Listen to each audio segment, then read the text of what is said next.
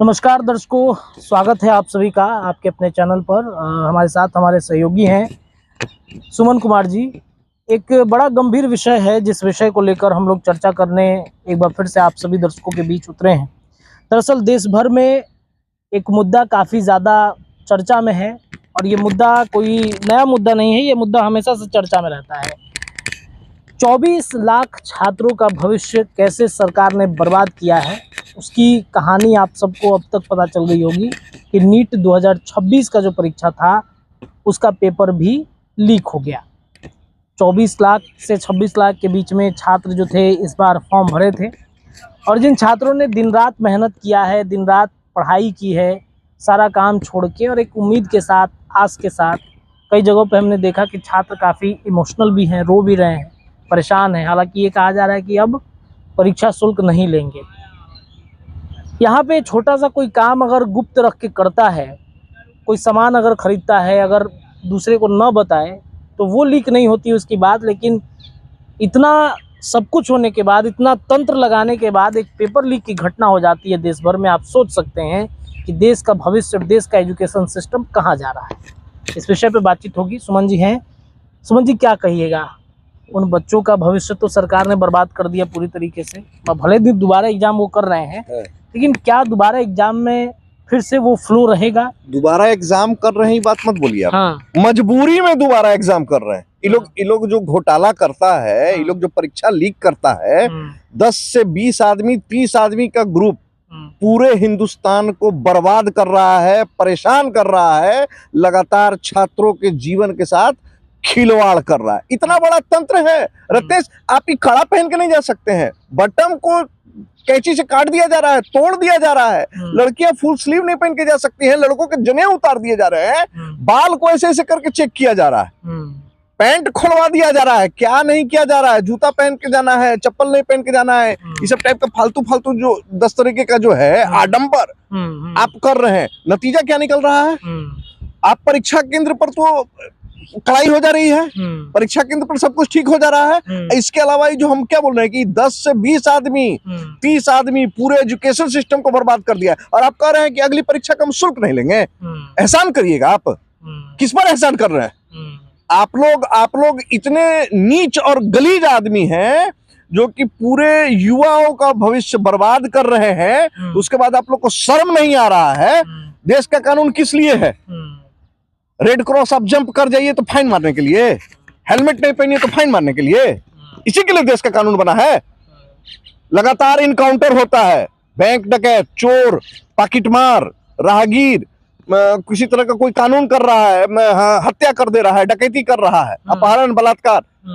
घोटालाबाज को कब सजा होगा भाई? ये देश में कब हुआ? कभी नहीं हुआ। लालू जी को पशुपालन घोटाला में सजा हुआ है ना, केस लड़ रहे हैं ना। ऐसे लालू जी जैसे बहुत सारे मामले हैं। एक लालू जी का हम बात नहीं करेंगे, बिहार सरकार हो या केंद्र सरकार हो, इसका कौन ऐसा आदमी नहीं है जिस पर दाग है। यहाँ देखिए, अभी शिक्षा मंत्री पर बवाल किए हुए लोग। हम व्यक्ति विशेष पर बात नहीं करते हैं, लेकिन सवाल ये है कि रत्नेश 1000 से लेके 1700 रुपया शुल्क है। 24 लाख तकरीबन बच्चों ने परीक्षा दिया है, यानी कि तकरीबन तो 2 अरब रुपया हो गया ना जी, 2 अरब से भी ज्यादा ना। बिल्कुल बिल्कुल। आप इतना पैसा लिए, पूरा देश का संसाधन लगा दिए, नतीजा क्या मिला?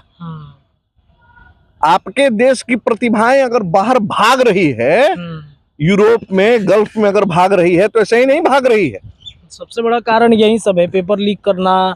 धर्मेंद्र प्रधान, मुझे ऐसा लगता है कि सबसे फिसड्डी, सबसे मतलब सीधा साधारण शब्द में कहे तो निकम्मा साबित हुए केंद्रीय शिक्षा मंत्री। निकम्मा मत बोलिए, आप कैसे निकम्मा बोल दीजिएगा? हो सकता है कि वो जो सत्ता के केंद्र बिंदु लोग हैं, उनकी गणेश परिक्रमा बढ़िया से करना जानते होंगे। गणेश परिक्रमा जो बढ़िया से करेगा वो सत्ता में रहेगा, चाहे केंद्र की सत्ता हो या कहीं की सत्ता हो। मैं आपको लगातार कह रहा हूं कि जिस व्यक्ति पर आरोप, ये लोग कोई बात कहता है, आरोप साबित नहीं ना हुआ है, आरोप न लगा है। अरे तो आरोप किसका साबित हो रहा है हिंदुस्तान में? 10-10 साल, 20-20 साल, 30-30 साल केस चल रहा है, किसका आरोप साबित हो रहा है?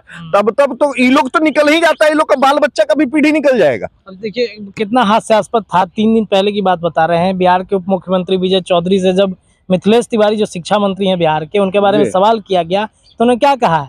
कि आरोप आप सिद्ध कीजिए, कागज सब डॉक्यूमेंट वायरल हो रहा है व्हाट्सएप पर, वो कह रहे कि नहीं प्रमाण आप मेरे सामने अरे लाइएगा। 12 साल में 12 को तारीख पड़ा, 12 साल में 12 तारीख पड़ेगा, तो यही होना है। देखिए बात समझिए, देश को, लोकतंत्र को, हमारे देश के लोकतंत्र को कुछ लोग अपनी मुट्ठी में कर लिए हैं। इस बात को समझना होगा। कानून उनके हिसाब से चल रहा है। आप सुनवाई के लिए हाई कोर्ट में दर दर की ठोकरें खा रहे हैं, ठीक है।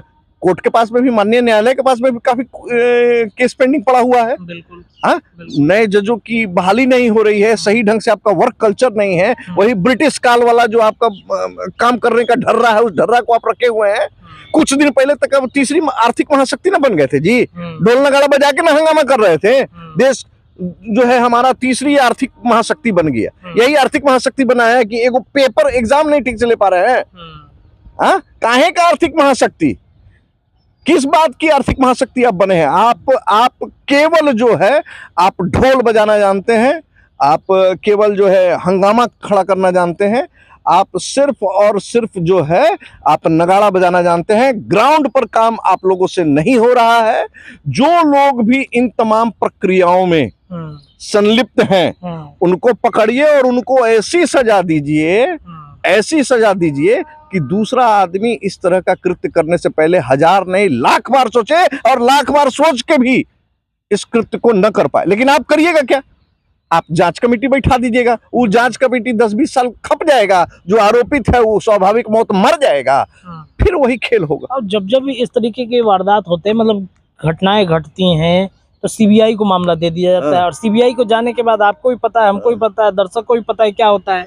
बिहार में वो बॉबी हत्याकांड हुआ था जी, ब्रह्मेश्वर हत्याकांड हुआ था, अभी नीट वाला मामला भी गया है सीबीआई के पास में। सीबीआई कितना को सजा दिलवाया? सीबीआई के बारे में भारतीय जनता पार्टी के लोगों ने भी कहा था कि सीबीआई केंद्र का कठपुतली है, केंद्र का तोता। देखिए उस समय भाजपा वालों ने कहा था, आज कांग्रेस वाले कह रहे हैं। सत्ता बदल रही है लेकिन सीबीआई ढंग से काम नहीं कर पा रही है। आम आदमी केस में पड़ता है तो परेशान होता है, उसके साथ साथ उसके परिवार का सारा जीवन बर्बाद हो जाता है। लेकिन इन भ्रष्ट अफसरों और भ्रष्ट नेताओं को कोई परवाह नहीं है, किसी भी कानून का कोई परवाह नहीं है। ये लोग अपनी जीवन जिस तरीके से मस्त मौला जीवन जी रहे हैं, आम आदमी, आम युवाओं का भविष्य बर्बाद हो रहा है। जो युवा घर वालों से 1 साल का टाइम लेकर शहर में आया था कि इस परीक्षा तक हमें घर वाले मौका दे, जिसकी आर्थिक स्थिति कमजोर थी, जो अपने बच्चों को शहर में रखकर पढ़ा रहे थे, कोचिंग करवा रहे थे, उन लोगों का क्या हुआ? उन लोगों का क्या होगा? आगे क्या होगा उनका? फिर जाइए कोचिंग में, आप तो पढ़ाई करना है ना, आपको तो कंटिन्यू रहना है। लेकिन आपका परीक्षा कैंसिल हो गया, अगला परीक्षा अब कब होगा कुछ पता नहीं है। अलग से बोझ उठाइए, आप माता पिता बोझ उठाएं। एक तरीके से मानसिक रूप से हत्या ही न है। देखिए एक बात जान जाइए रत्नेश, आर्थिक चोट से बड़ा चोट मानसिक चोट होता है, ठीक है ना। और ये जो मानसिक तौर से बच्चों को जो है प्रताड़ित किया जा रहा है, मैं सीधा सीधी शब्द कहूंगा, प्रताड़ित कर रहे हैं आप लोग। आप लोग एक परीक्षा नहीं कर पाते हो, आप लोग सेमीकंडक्टर बनाओगे, आप लोग एरोप्लेन बनाओगे, आप लोग मिसाइल बनाओगे, क्या करोगे आप लोग? आर्थिक महाशक्ति बन गए हो, किस चीज की आर्थिक महाशक्ति? एक परीक्षा अगर नहीं कर पा रहे हो आप ठीक से, तो ऐसी आर्थिक महाशक्ति कहलाने का आपको हक नहीं। चलिए देखिए, देश भर में इस वक्त एजुकेशन सिस्टम बिल्कुल ही खराब हो चुका है। कई तरह के बदलाव किए गए, नई शिक्षा नीति, तो क्या है हमारे देश में एजुकेशन को बढ़ावा देने के लिए? ऐसा कौन सा यूनिवर्सिटी है जहाँ पर टेक्निकल पढ़ाई कराई जा रही है? ऐसा कौन सा कॉलेज है जहाँ पर उच्च शिक्षा, गुणवत्तापूर्ण शिक्षा की बात देश में की जाती है? लगभग आधे से ज़्यादा जो आर्थिक रूप से मजबूत हैं बच्चे, वो तो देश छोड़ के बाहर अलग अलग यूनिवर्सिटी में पढ़ने के लिए निकल जाते हैं। यहाँ बिहार की ही बात कर लीजिए, जब यूक्रेन जैसे जगह पे युद्ध हुआ था तो कैसे वहाँ पे चले गए थे स्टूडेंट, जाकर मेडिकल की पढ़ाई कर रहे थे बिहार में। तब नीतीश कुमार मुख्यमंत्री थे, उन्होंने कहा कि बिहार से भी लड़का जाता है सब क्या पढ़ने के लिए, उनको ये तक नहीं पता था।